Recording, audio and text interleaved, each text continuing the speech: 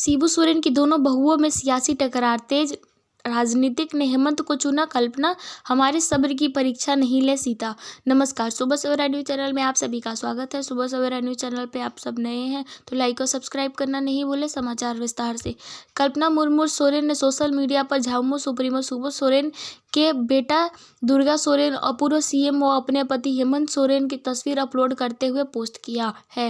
उन्होंने लिखा है कि 2006 में शादी के बाद बलिदानी परिवार का हिस्सा बनी। शादी के बाद उन्होंने हेमंत सोरेन का अपने बड़े बेटे भाई के प्रति आदर, समर्पण और स्वर्गीय दुर्गा का हेमंत के प्रति प्यार देखा। हेमंत राजनीतिक में नहीं आना चाहते थे, लेकिन दुर्गा दादा के आकस्मिक मृत्यु और बाबा के स्वास्थ्य को देखते हुए उन्हें राजनीतिक के क्षेत्र में आना पड़ा।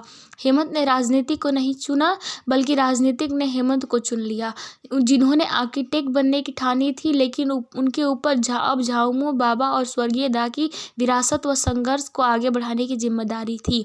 बाबा और स्वर्गीय दुर्गा दा के संघर्षों और जो लड़ाई उन्होंने पूंजीपतियों सामंतवादियों के खिलाफ लड़ी थी, उन्हीं ताकतों से लड़ते हुए आज हेमंत जेल चले गए। वे झुके नहीं। उन्होंने लिखा कि झारखंड मुक्ति मोर्चा का जन्म समाजवाद और वामपंथी विचारधारा के समन्वय में से हुआ है। झामुमो आज झारखंड से आदिवासियों, दलितों, पिछड़ों एवं अल्पसंख्यकों समेत सभी गरीबों, वंचितों और शोषितों के विश्वसनीय आवाज बनकर आगे बढ़ रही है।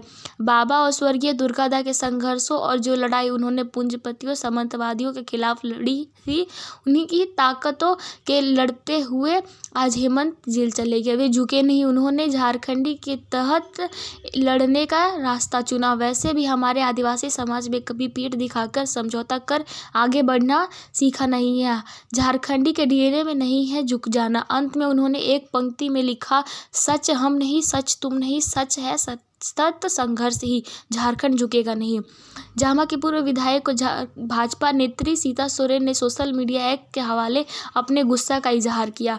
सीता ने लिखा कि झारखंड और झारखंडियों के लिए अपने जीवन का बलिदान देने वाले स्वर्गीय दुर्गा सोरेन के नाम की आज दुहाई देकर घड़ियालू आंसू बहाने वाले लोगों से विनती है कि उनके सब्र का परीक्षा न ले। अगर वह और उनके बच्चों ने मुंह खोलकर भयावह सच्चाई उजागर किया तो कितनों का राजनैतिक और सतत सुख का सपना चूर चूर हो जाएगा और झारखंड की जनता वैसे लोगों के नाम से घृणा करने लगेगी, जिन्होंने हमेशा से दुर्गा सोरेन और उनके लोगों को मिटाकर समाप्त करने की साजिश की है। सीता ने लिखा कि उनके पति स्वर्गीय दुर्गा सोरेन के निधन के बाद से उनके और बच्चों के जीवन में जो परिवर्तन आया वह किसी भयावह सपने से कम नहीं। ईश्वर जानता है कि उन्होंने किस दौर से अपनी बेटियों को कैसे पाला।